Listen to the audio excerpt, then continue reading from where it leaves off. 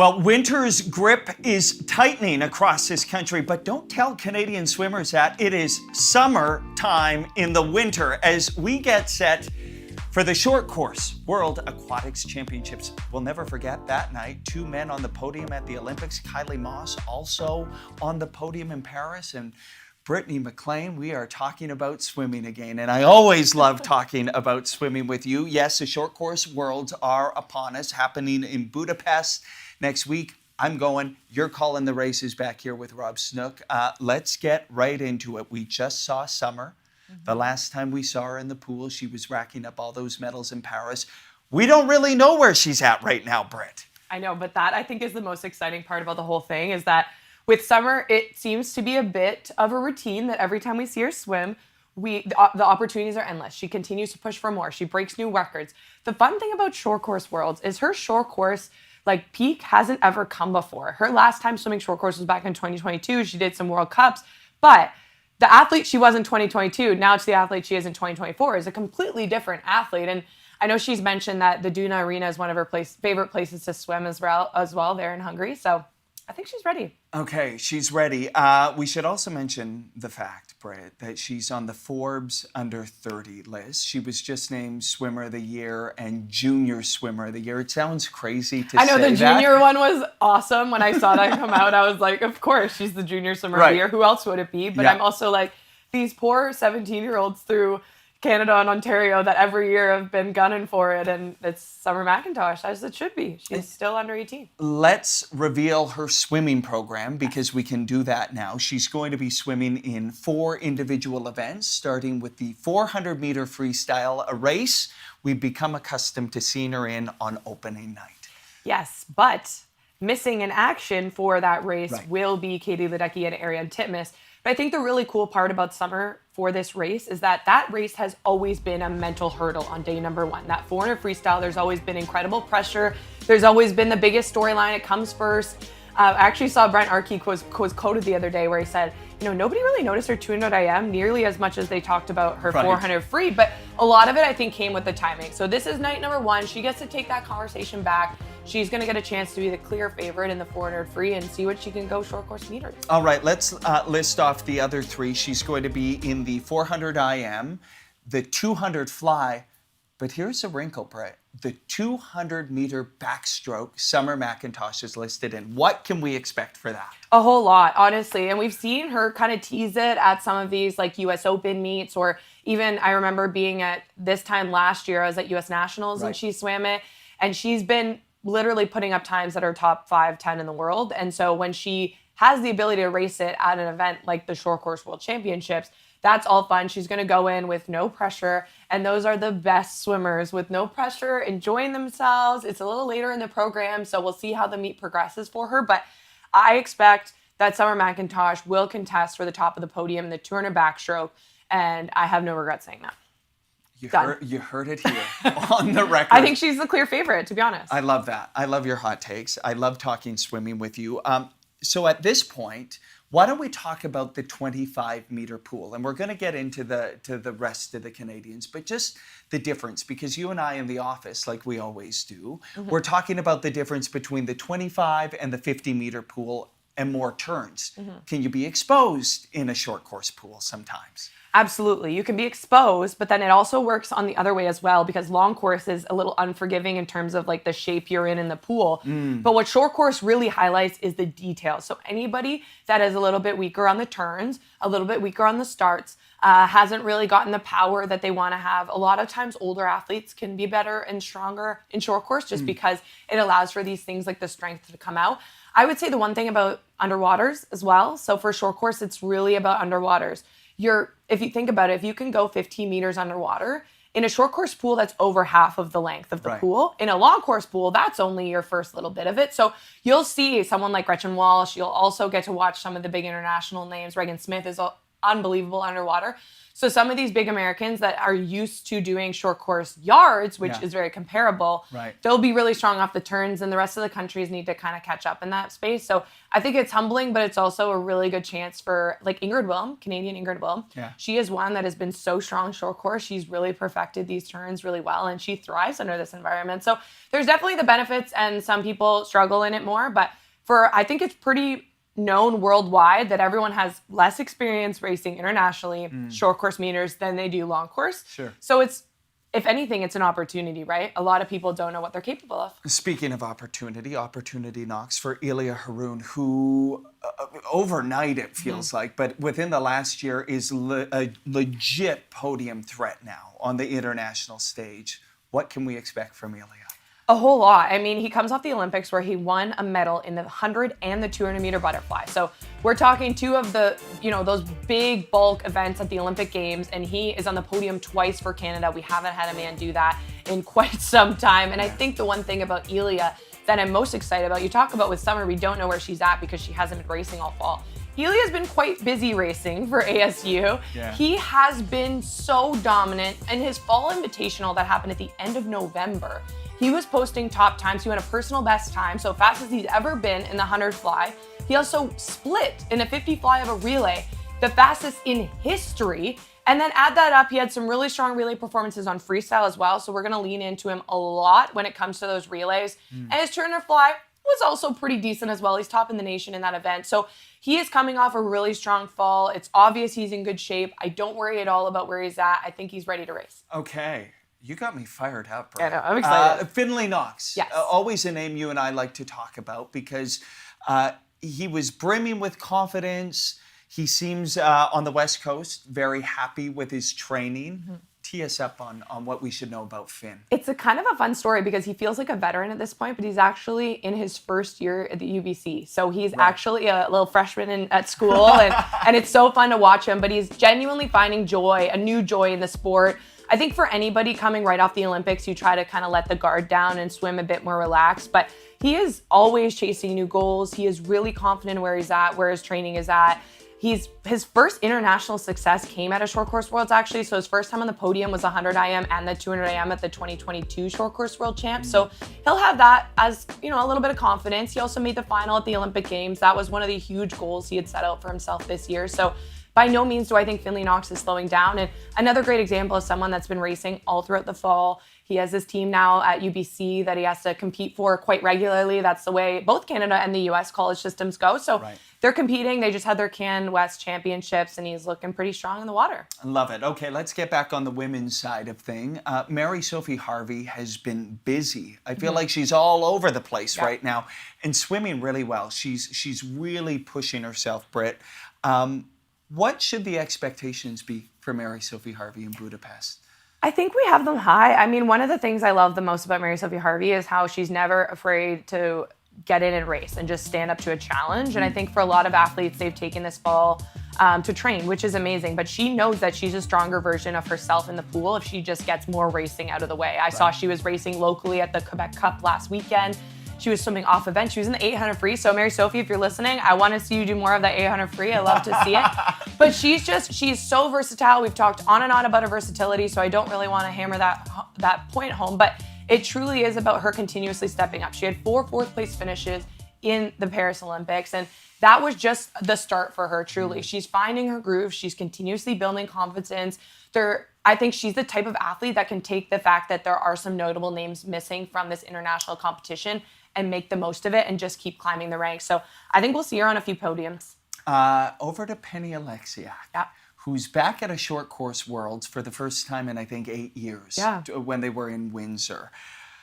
Listed in the 50 free and 100 free. Britt, where's Penny at? I think we're excited to find out. I mean, we had the chance to chat with her, what was that, a month ago? And she was arguably the best version of herself I think I've seen. She just had this quiet confidence to her. I think she's now so mature in her ways. She rose to success at 16, 15, similar to Summer, when things all came so quickly. And now she's been to 3 Olympic Games. She knows what she needs to do training-wise. She knows what she needs to accomplish in the pool. But I think for the first time ever, she's genuinely just swimming for herself. She's like, I have nothing to prove left to anybody else. And so this, I think, for Penny is a little bit of a temperature check. Like, do I love to race the same way I thought I always did? Do I have new passions? Do I want to keep chasing this sport? And short course is a little bit, like I said, a bit more forgiving when it comes to if you're not in the best shape yet. We know she spent the fall doing a lot of other things. She's been traveling a lot. She was climbing Mount Kilimanjaro. Climbing mountains. So, I mean, in different shape, but in shape nonetheless. So we'll see where she's at.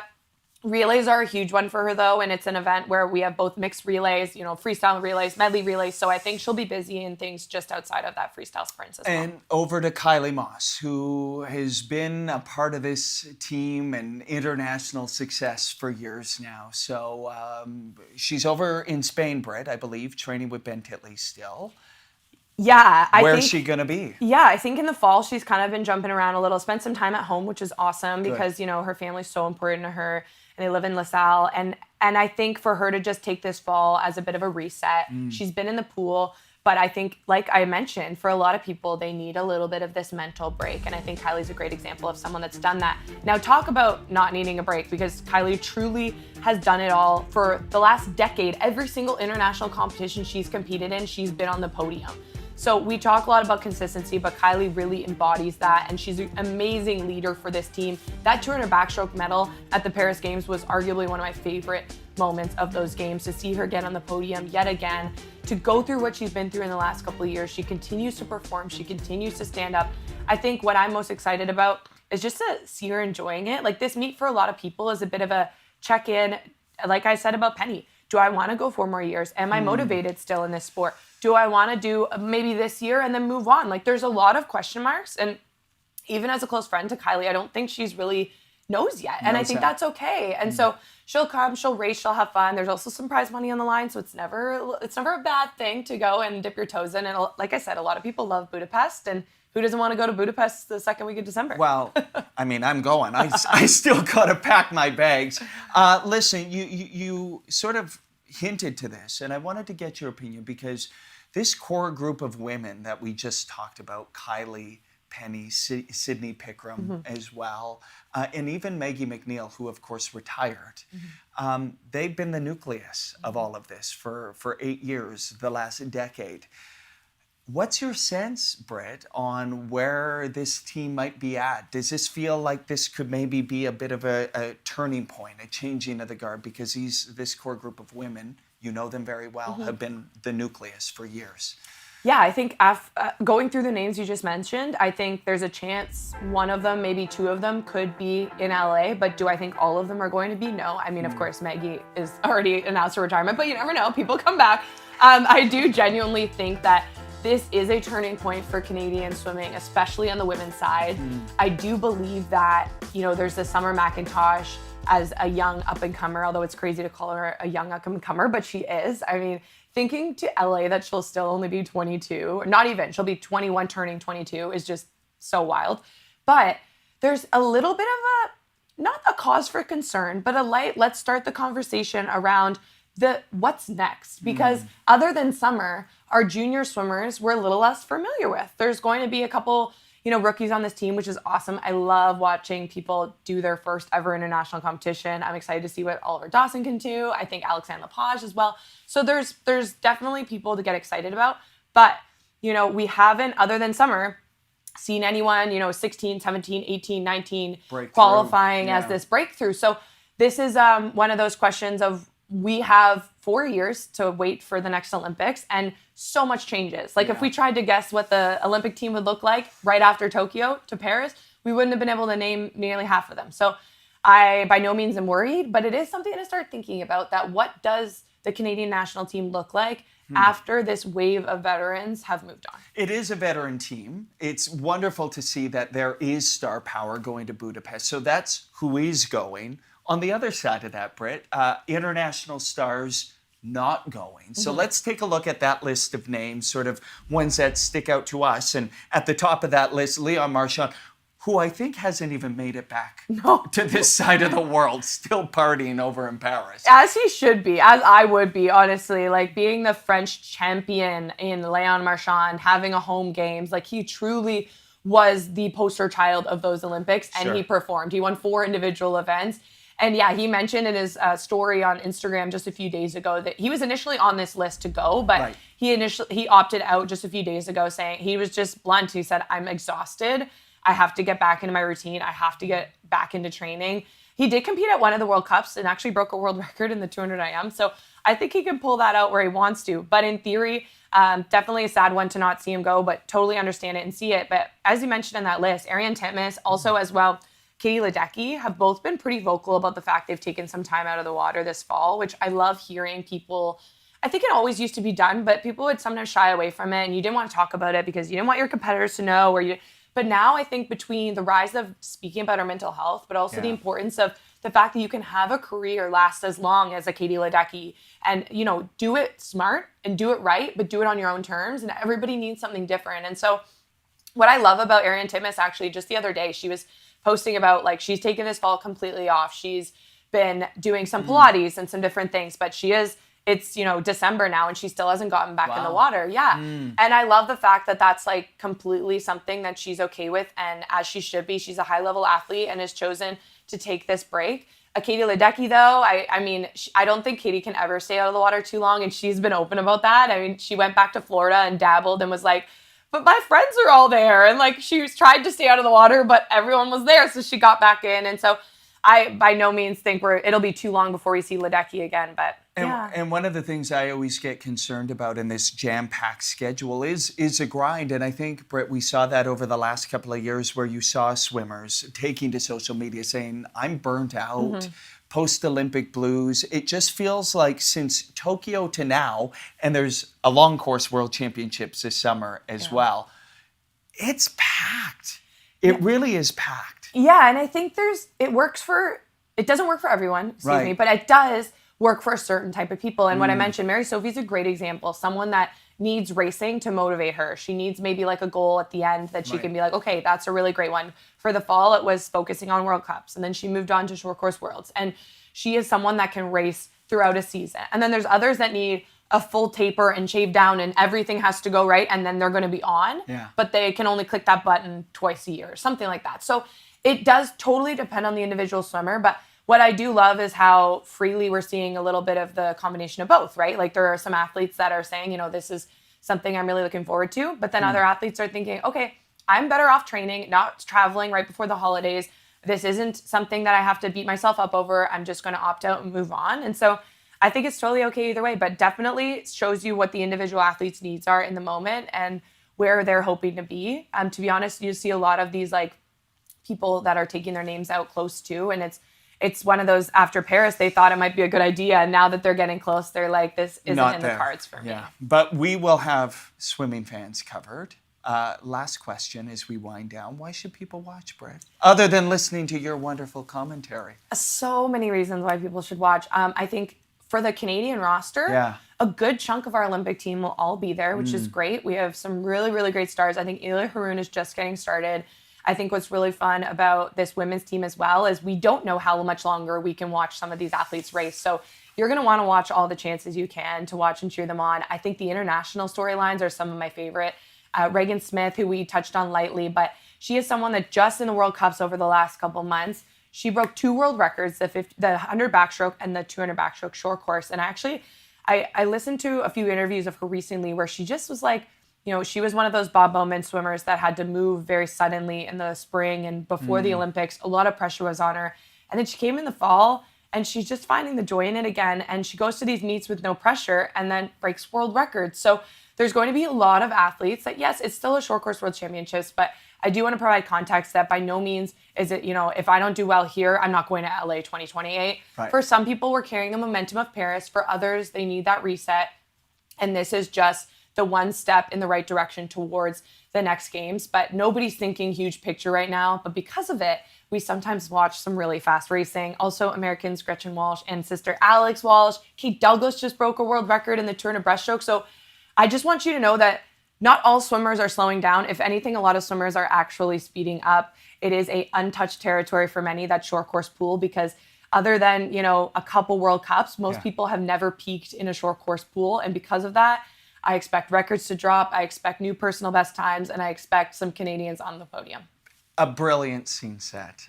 Ready to go. So Britt Maclean and Rob Snook will have the call. CBC Sports will be showing it live starting December 5th all the way, or pardon me, December 10th. I'm flying out. On the 5th. It's close to mine. December 10th is when it starts to the 15th. You can watch it all on CBC Sports. Britt Maclean, always love talking swimming with you. It will never stop. We'll never stop. And our first experience together was the Short Course World, so we're coming full circle. Full circle. All right. Tune in December 10th. CBCSports.ca.